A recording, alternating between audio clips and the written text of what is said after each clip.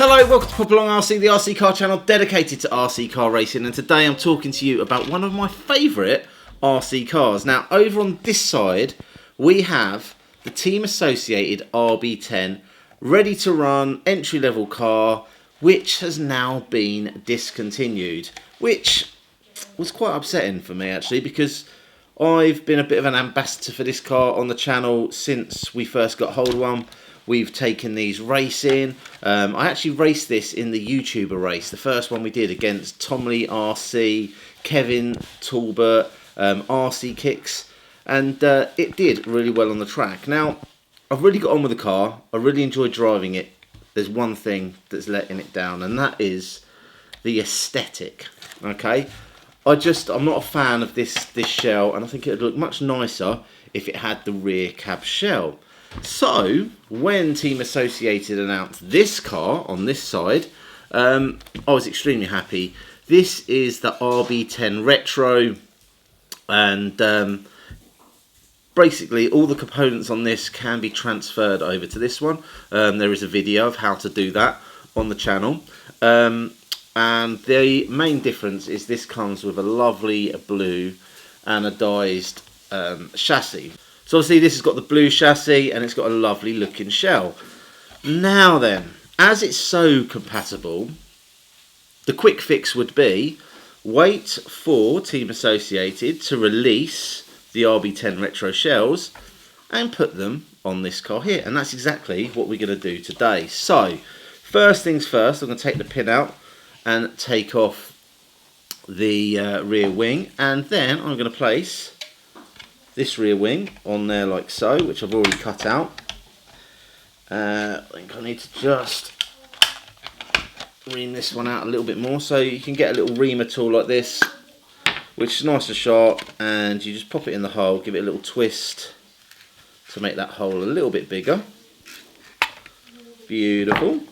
And then that should just pop on there like so. Pop the body post, the body clip in.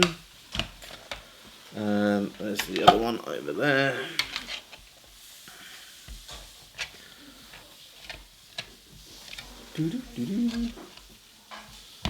Right, so that is the new rear wing. So next up, the shell.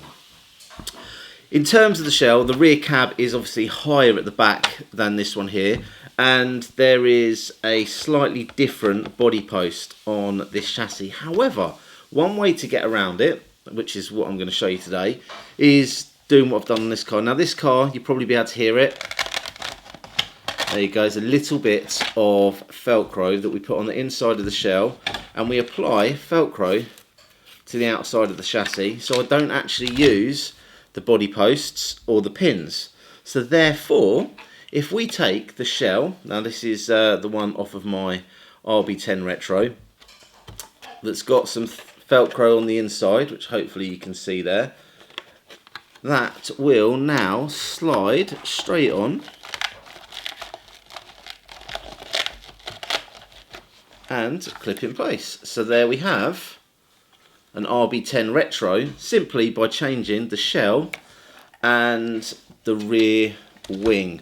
And then obviously I wanted to make a new shell on this one, so I've got myself a new shell here. This one here is running all the original electrics from the Ready to Run. So obviously I've got my Reedy electric sticker on there, whereas this one, which I've put comes in kit form, so you have to put your own electrics in.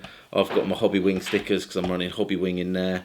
I need a new sticker. I need something here, maybe something on the roof, just to finish this shell off, because this is a brand new shell today, because the old one I've moved across onto here. So now I have a pair of RB10 Retros. This is the RB10 Retro with the blue alley. This is the RB10 Retro with the plastic tub chassis. So performance wise on the track, they are pretty even, but how much nicer does that look now?